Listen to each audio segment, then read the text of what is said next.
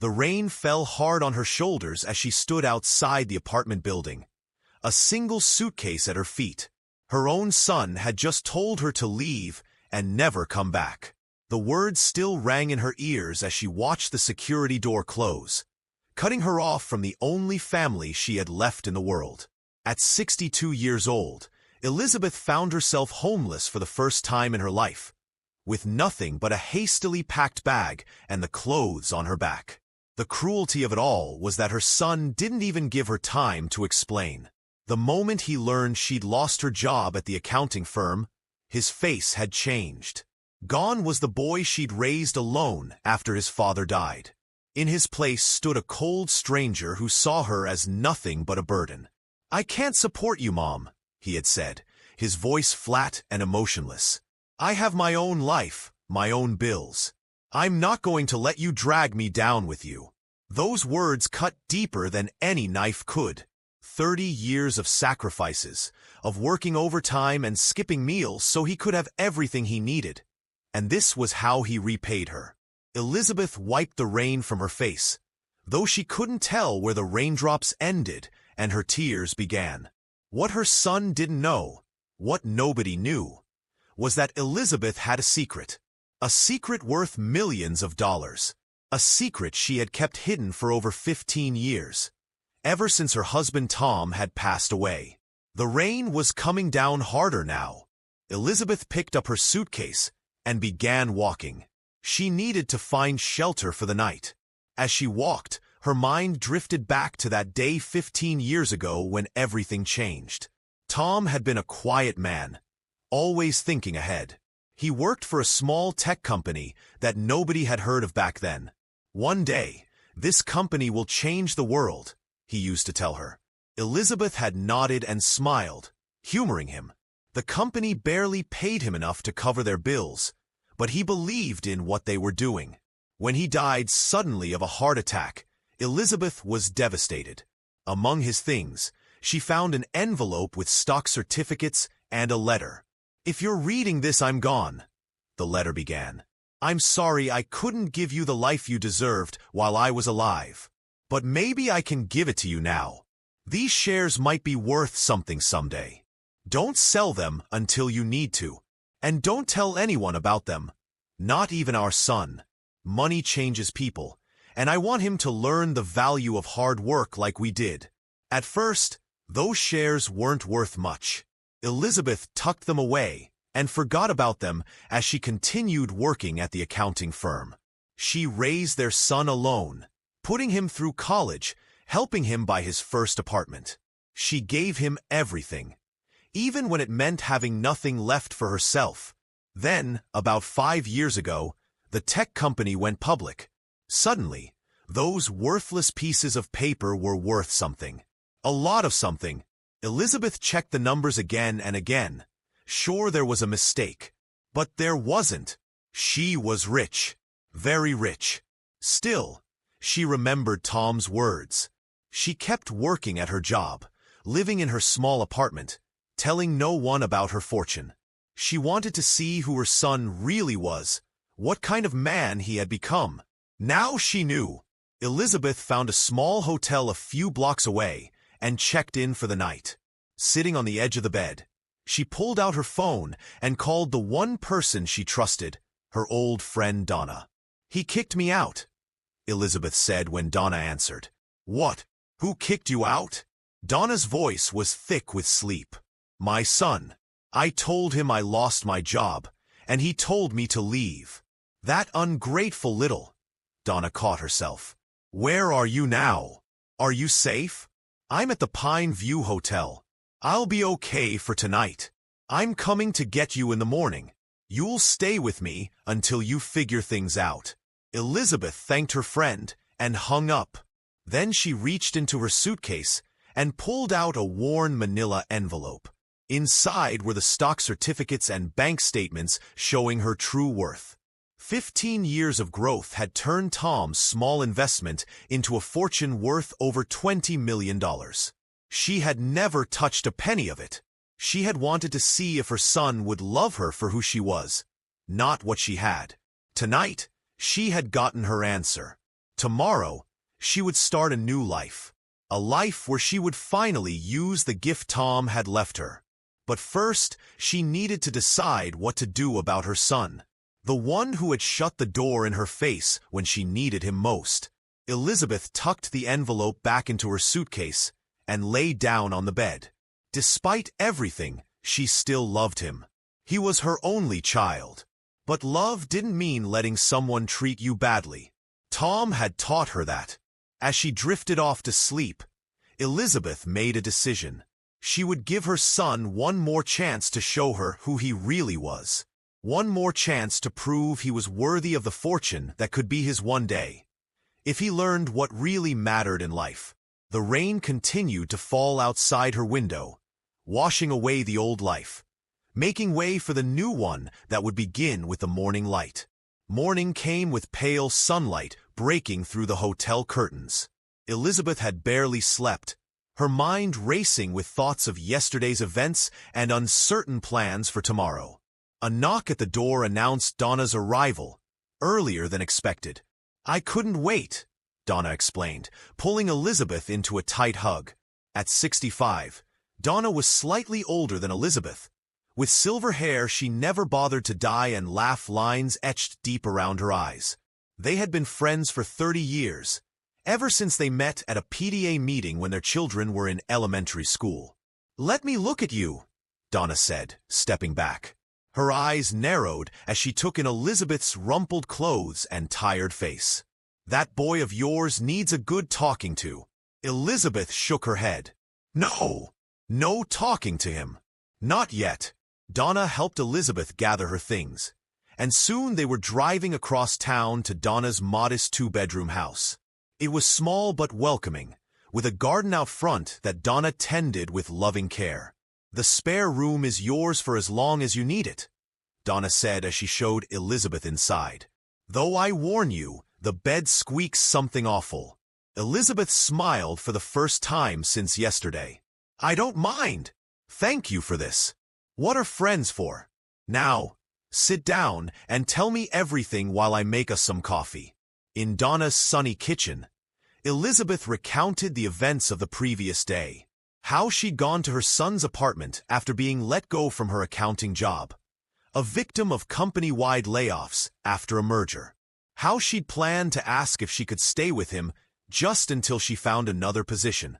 How his face had hardened when she explained her situation. "He didn't even let me finish talking," Elizabeth said, staring into her coffee cup.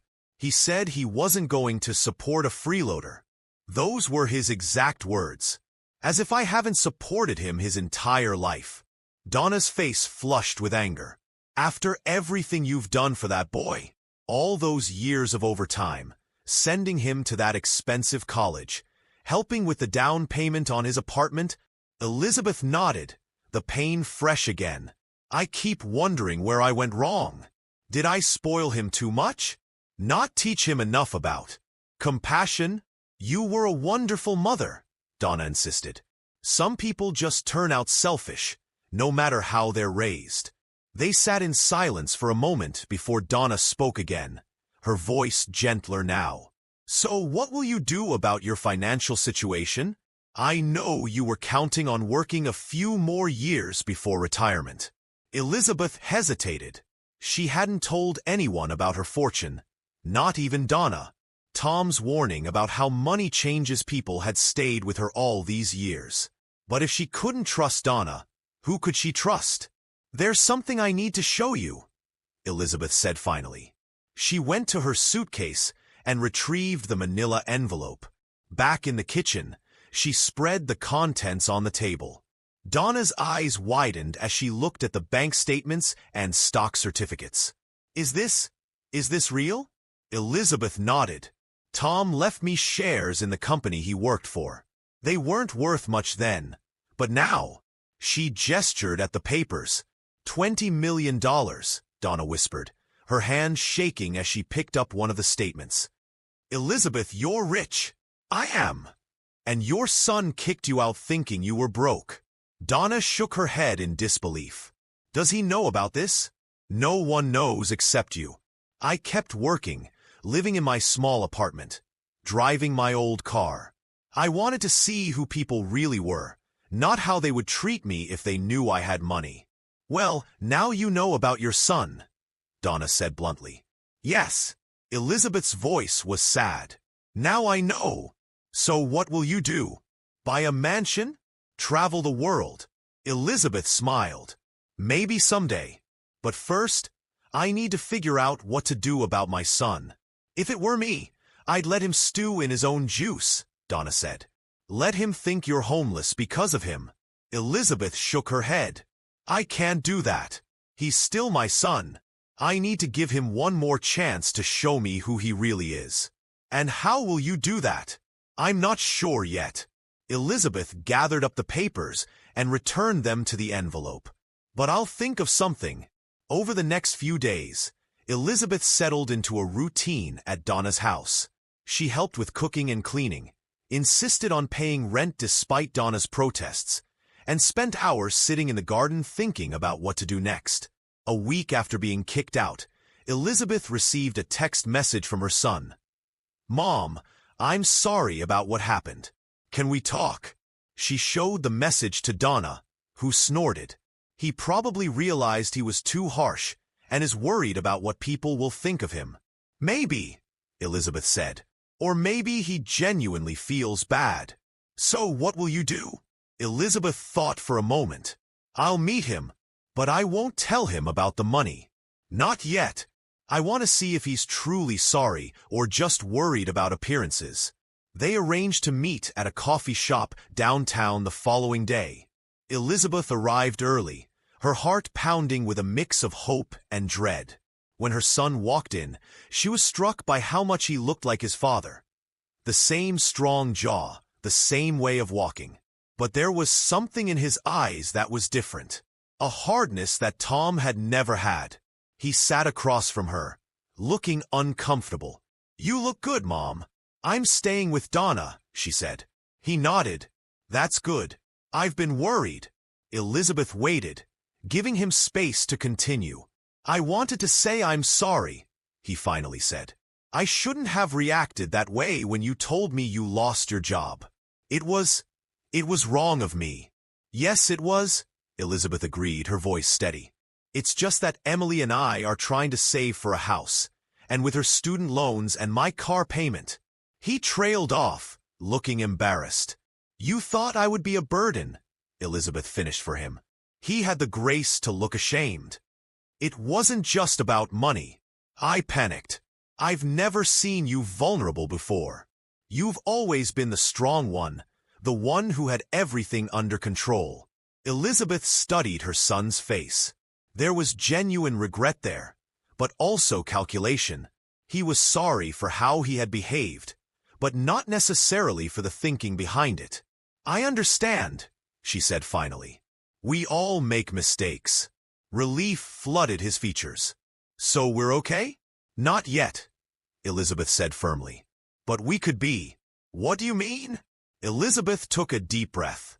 I want you to understand something.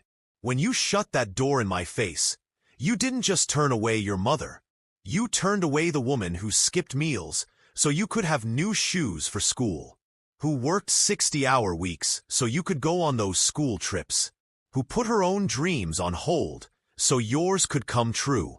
Her son looked down at the table, unable to meet her eyes. I'm not telling you this to make you feel guilty, Elizabeth continued. I'm telling you because I want you to understand what family means. It means being there for each other, not just when it's easy, but especially when it's hard. I know that now, he mumbled. Do you? Elizabeth asked. Because I need to know if I can count on you, really count on you, before I let you back into my life. He looked up then, surprised. What are you saying? I'm saying I forgive you for what happened, Elizabeth said. But trust is another matter. Trust has to be earned back. How? Elizabeth smiled, a plan forming in her mind. I have a proposal for you. A proposal? Her son echoed, leaning forward with curiosity in his eyes. Elizabeth took a sip of her coffee, gathering her thoughts. The plan had come to her suddenly, but it felt right. a way to test not just her son's character, but to possibly help him grow into the person she had always hoped he would become. "I want to move in with you and Emily," she said finally. "Just for 3 months." His expression shifted, surprise mixed with reluctance. "Mom, let me finish," Elizabeth interrupted gently. "I know your apartment is small. I know you value your privacy. But I want us to have a chance to really understand each other as adults." "And after 3 months?" he asked cautiously. "After 3 months, if things aren't working out, I'll leave with no hard feelings. But if they are—" She paused, choosing her words carefully.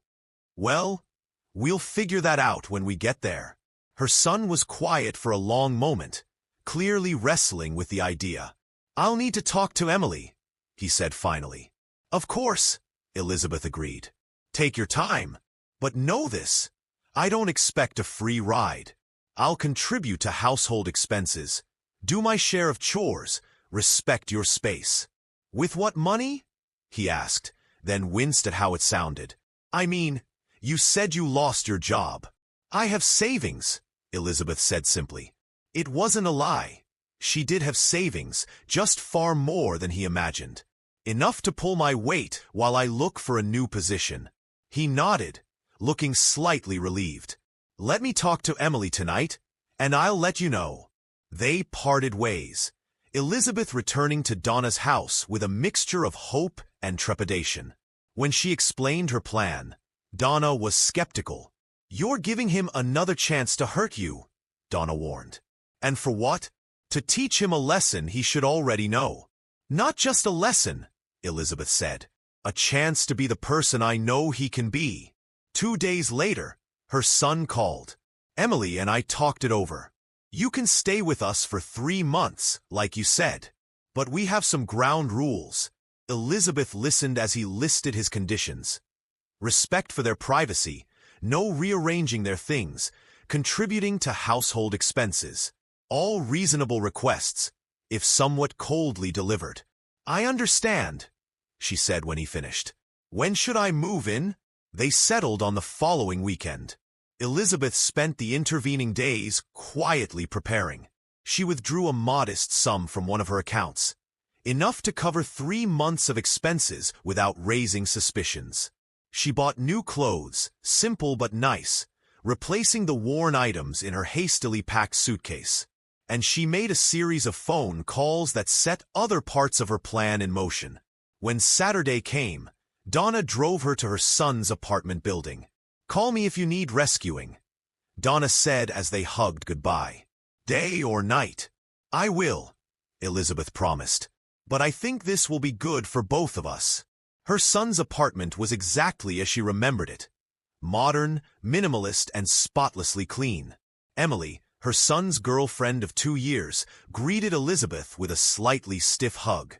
"We cleared some space in the guest room closet," Emily said, showing Elizabeth to the small second bedroom that would be hers. "And there's a drawer in the bathroom for your things." "Thank you," Elizabeth said warmly. "I appreciate you both making room for me." The first week was awkward. Elizabeth could feel her son and Emily watching her, as if waiting for her to make unreasonable demands or criticize their lifestyle. But she was careful to keep her promise. She cleaned up after herself, offered to cook meals without insisting, and retreated to her room each evening to give them privacy. By the second week, some of the tension had begun to ease. Emily, who worked from home as a graphic designer, started asking Elizabeth for input on her projects. Her son, to her surprise, asked if she would look over some work emails he was struggling with, remembering, perhaps, that she had spent decades in a professional office environment. "This is good," Elizabeth told him, handing back his draft with a few small suggestions. "You have a way with words when you're being direct." He seemed pleased by the compliment. "I got that from you, I think. You always said not to use 10 words when 5 would do." It was a tiny moment, but it felt like a crack in the wall between them. In the 3rd week, Elizabeth put the next part of her plan into action. One evening, as they were finishing dinner, she brought up the subject of volunteering. "I've been thinking," she said casually. "While I'm job hunting, I should do something useful with my time. There's a community center downtown that needs help with their after-school program for disadvantaged kids. I'm going to volunteer there 3 afternoons a week." "That sounds nice," Emily said, sounding genuinely approving. Her son nodded. "Just make sure it doesn't interfere with your job search." Elizabeth smiled. "It won't. In fact, it might help. Networking, you know." The following Monday, Elizabeth began volunteering at the community center. What she didn't tell her son was that she had done more than just sign up as a volunteer. She had anonymously donated $50,000 to fund the center's struggling after-school program for the next year. 3 afternoons a week, she helped children with homework, organized activities, and listened to their stories. Many came from difficult home situations, single-parent households, families struggling with poverty, some even facing homelessness. Elizabeth found herself deeply moved by their resilience and hunger for attention and guidance. At home, she would share stories about the children, careful not to use names or reveal too much, but painting a picture of their challenges and triumphs.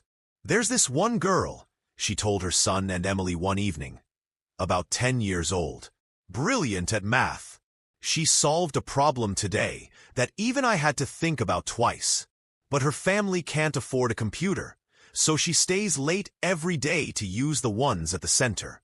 She noticed her son listening with more interest than usual. "What happens to kids like that?" he asked. "I mean, if they're smart but don't have resources?" "Some find ways to succeed despite the obstacles," Elizabeth said. "Others fall through the cracks," Emily finished softly. "Exactly," Elizabeth agreed. The conversation moved on, but Elizabeth caught her son looking pensive later that evening. A few days later, he surprised her by asking if he could come see the community center sometime. "I'd like to understand what you're doing there," he explained when she looked surprised. "Of course," Elizabeth said, hiding her pleasure. "How about you come with me tomorrow afternoon?" The next day, her son accompanied her to the center. Elizabeth watched as he took in the worn but clean facilities, the dedicated staff working for minimal pay, and most of all, the children eager, bright-eyed, but carrying adult worries on their small shoulders. One of the staff members, knowing Elizabeth's true financial situation, though sworn to secrecy, made a point of mentioning the recent anonymous donation that had saved their program. "We were about to close our doors," she explained to Elizabeth's son. "Then this miracle happened. $50,000, just like that. We don't know who gave it, but they changed these kids' lives." As they walked home afterward, her son was unusually quiet. "What did you think?" Elizabeth finally asked. "I've never seen anything like that," he admitted. "Those kids, they have so little, but they're still happy," Elizabeth suggested. "Hopeful?" "Yeah." He was silent for another block. "It makes my problem seem pretty small." Elizabeth nodded but said nothing, letting him process his thoughts. That weekend, something shifted. Her son came home with a new laptop computer. "I thought maybe you could give this to that girl you mentioned," he said, looking almost embarrassed. "The math whiz. It's not brand new, but it works great. I formatted it and put some educational software on it." Elizabeth felt her heart swell with an emotion too complex to name. "That's very generous of you," she said softly. "It's nothing," he muttered. "I was upgrading anyway." But they both knew it wasn't nothing. It was the beginning of something new. As the weeks passed, Elizabeth watched a gradual transformation in her son. The laptop donation was just the beginning. He started asking more questions about the children at the community center, about the challenges they faced, about the system that had failed so many of them. One evening in the middle of her second month staying with them, he and Emily invited Elizabeth to join them for a special dinner. "We have something to tell you," Emily said, her eyes bright with excitement. Elizabeth wondered if they were going to announce an engagement, or perhaps a pregnancy. But the news was something she never expected. "We've decided to become volunteer mentors," her son explained. "At your community center. We've already talked to the director and filled out the applications."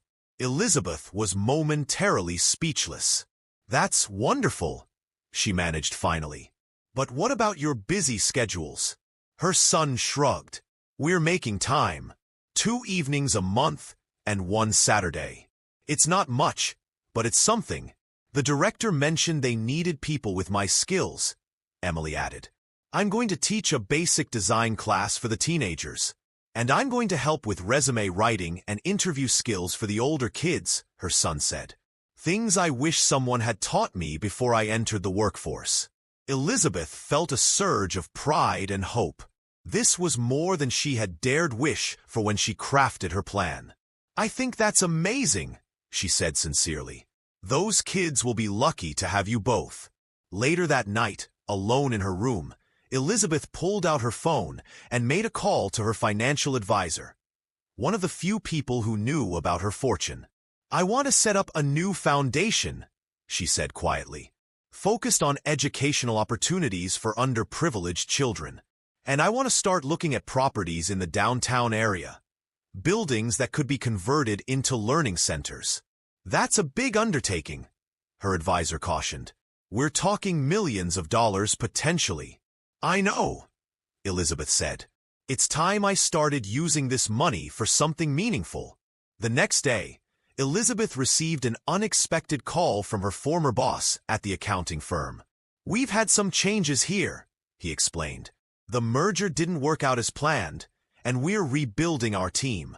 Would you be interested in coming back? Same position, better salary."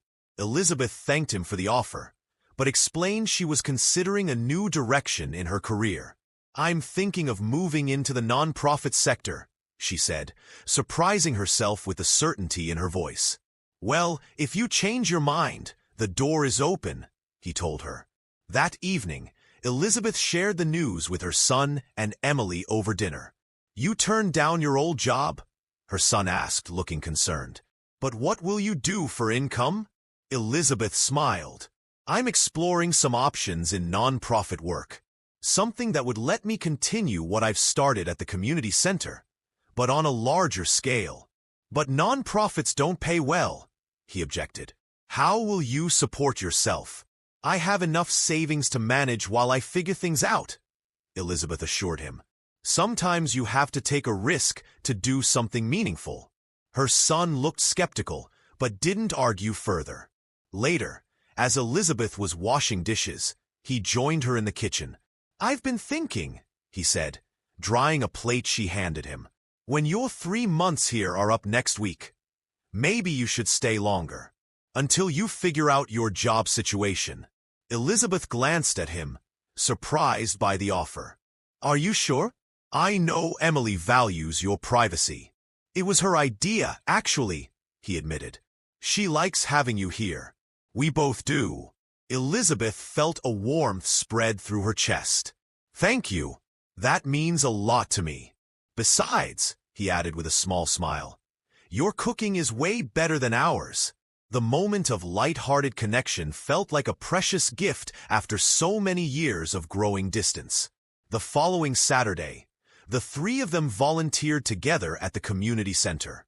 Elizabeth watched with quiet joy as her son worked with a group of teenagers on their resumes, showing more patience and compassion than she had seen from him in years.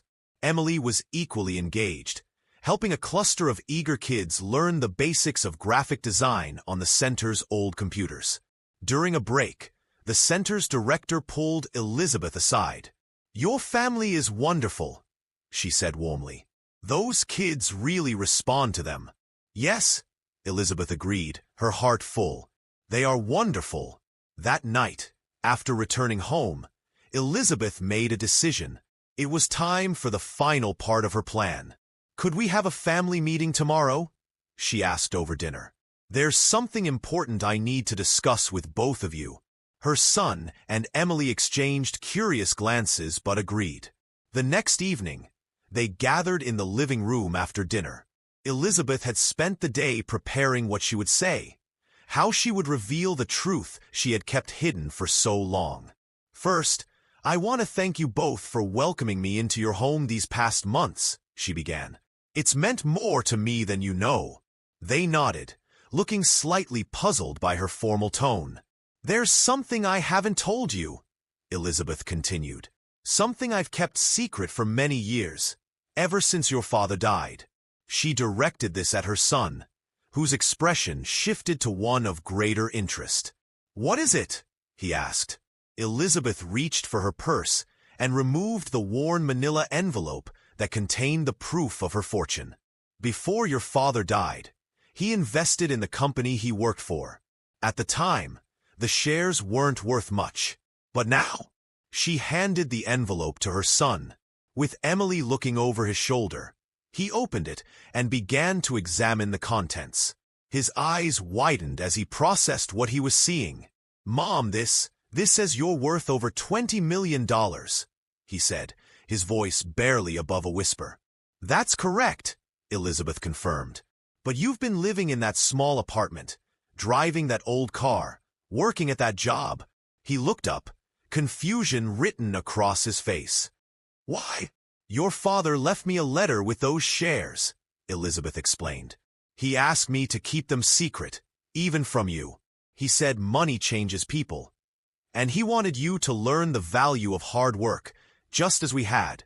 So all this time," Emily began. "All this time, I could have lived very differently," Elizabeth finished.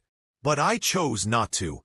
Her son was staring at the bank statements, his expression unreadable. "Even when I kicked you out, you had this money?" Elizabeth nodded. "Yes." "Why didn't you tell me then?" he demanded. "Why did you let me think you were desperate?" "Because I wanted to see who you really were," Elizabeth said simply. "Not who you would pretend to be if you knew I was wealthy." The room fell silent as her words sank in. Emily looked uncomfortable, while her son's face flushed with what might have been shame or anger or both. "I failed your test," he said finally, his voice tight. "At first, yes," Elizabeth acknowledged. "But that's not the end of the story." The silence that followed Elizabeth's revelation was heavy with emotion. Her son stared at the papers in his hands, his expression shifting from shock to something more complex. A mixture of shame, regret, and understanding that seemed to age him before her eyes. "So this whole time," he began, then stopped, swallowing hard.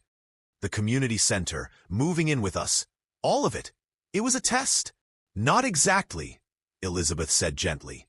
"More of a chance for both of us to reconnect, to understand each other again." Emily, who had been quiet until now, placed her hand on his arm. "She wanted to know if you would love her without her money," she said softly. "And then she wanted to see if you could change." He looked at Emily, then back at his mother. "And did I? Change, I mean?" Elizabeth smiled, feeling tears prick at her eyes. "Yes," she said simply. "You did." She watched as her son set the papers aside and rubbed his face with his hands. When he looked up again, his eyes were clear and direct. "I'm sorry, Mom," he said. "Not just for kicking you out. For all of it. For taking you for granted. For forgetting everything you sacrificed for me. I didn't tell you about the money to make you feel guilty," Elizabeth assured him. "I told you because I'm proud of who you're becoming. The man who gives his time to help those children, who offered his home to his mother when he thought she had nothing. That's the son I always knew you could be." Emily wiped away a tear. "So what happens now?" she asked. "With the money, I mean." Elizabeth leaned forward, her eyes bright with purpose. "Now I can tell you about my plans. I've been working with lawyers and financial advisors to set up a foundation. Its mission will be to create educational opportunities for underprivileged children, starting with a network of learning centers in areas that need them most." Her son was listening intently now, his initial shock giving way to interest. "That's incredible," he said. "But it sounds like a full-time job." "It will be," Elizabeth agreed. My new career. Which is why I turned down my old accounting position. Is that why you asked if I could stay longer? Elizabeth asked, a smile playing at the corners of her mouth. Because you knew I had money? No, both her son and Emily exclaimed together. We asked before we knew anything about this, Emily insisted. We asked because we like having you here. Her son nodded. It's true. These past weeks, getting to know you again as a person, not just as mom. It's been good. It has, Elizabeth agreed. For me too. There was another moment of silence, but it was different now. Thoughtful rather than tense. I want you both to be part of the foundation, Elizabeth said finally. Not just as volunteers, but in leadership roles, if you're interested. Her son looked surprised. Us? But we don't know anything about running a foundation. You know about business, Elizabeth pointed out. And Emily has skills in design and communication. We can hire people with non-profit experience for the rest. What the foundation needs most is people who care, who understand the mission from the heart. She could see them both considering the idea, the possibility of it taking root. We'd have to think about it, her son said carefully. It would be a big change. Of course, Elizabeth agreed. There's no rush. The foundation is still in the planning stages. Emily looked at her boyfriend. We should at least hear more about it, she suggested.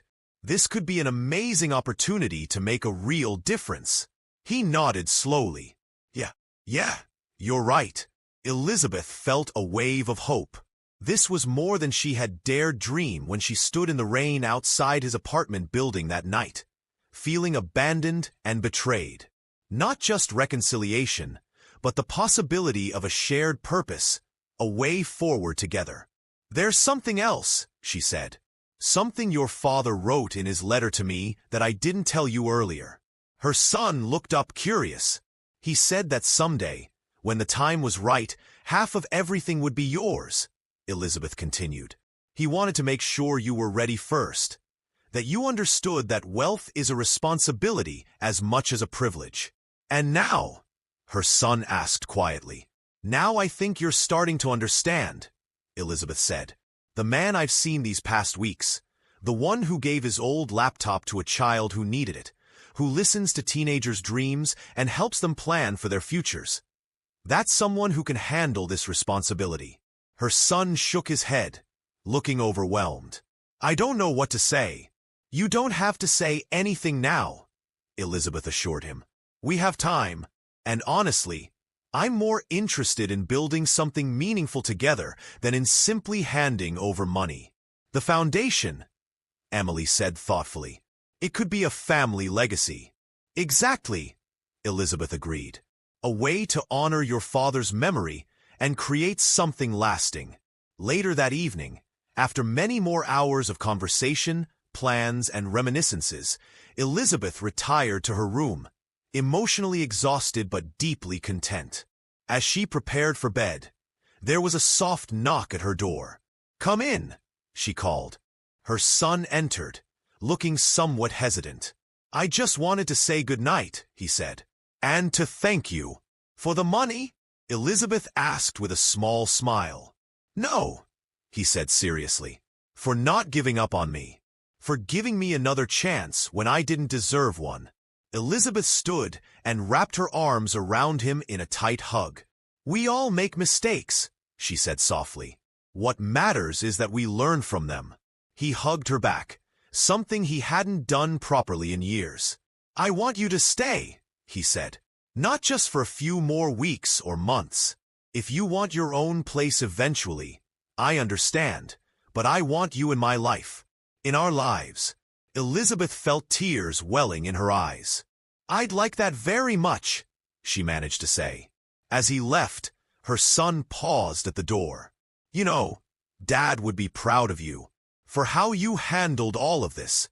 He'd be proud of you too, Elizabeth replied. The man you're becoming. After he closed the door, Elizabeth sat on the edge of her bed, overwhelmed by the events of the day. Tom had been right about money changing people, But he hadn't considered that sometimes that change could be for the better. The secret fortune hadn't just secured her future. It had helped her rebuild her relationship with her son and shown her a new purpose for the years ahead. 6 months later, Elizabeth stood with her son and Emily in front of a newly renovated building in downtown.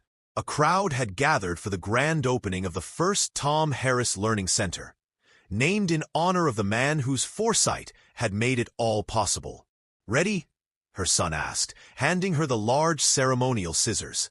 Elizabeth looked at the eager faces of the children who would soon fill these halls, at the staff who had been hired to guide them, and at her family standing beside her, no longer divided by misunderstanding but united in purpose. "Ready," she confirmed, and together with her son, she cut the ribbon. Cameras flashed as the crowd cheered. As Elizabeth moved through the gathering afterward, accepting congratulations and discussing plans for future centers, she caught sight of Donna chatting with Emily by the refreshment table. Her old friend caught her eye and gave her a thumbs up. Later, as the celebration wound down, Elizabeth found a quiet moment alone with her son in the center's new library, filled with books and computers that would open worlds of possibility for children who had previously had few. "Did you ever imagine it would turn out like this?" he asked, gesturing around them. "When you were standing in the rain that night?" Elizabeth shook her head. "No, I was too hurt to see past that moment." "I'm so sorry," he said, his voice thick with emotion. "I don't know if I can ever make up for that." "You already have," Elizabeth assured him. "Look at what we've built together." He nodded, taking in the room that represented their shared vision. "I found something while going through some old boxes yesterday," he said, reaching into his pocket. "I thought you might want to have it." He handed her a faded photograph of Tom holding their infant son, his expression one of pure joy and wonder. "He would have loved all of this," her son said quietly. "Yes," Elizabeth agreed, tracing her late husband's face with her finger. "He always said his investment would change the world someday." I don't think even he realized how right he was. As they walked out together to join the others, Elizabeth felt a deep sense of peace. The journey that had begun with a door closing in her face had led to so many new doors opening. Not just for her, but for her family and for countless children who would benefit from her foundation in the years to come. The fortune Tom had left her turned out to be far more valuable than money alone. It had been the key to discovering what truly mattered. The capacity for people to change, to grow, to learn compassion, and to find purpose in helping others. Elizabeth had lost a job and been rejected by her son. But in that painful moment, she had found the beginning of a new path. One that would lead to healing, reconciliation, and a legacy that would outlive them all. As she linked arms with her son and walked into the bright afternoon sunlight, Elizabeth knew that some fortunes couldn't be measured in dollars. The most precious ones were counted in moments of connection, in lives touched, and in the knowledge that even the deepest wounds could heal with time, patience, and love. The end.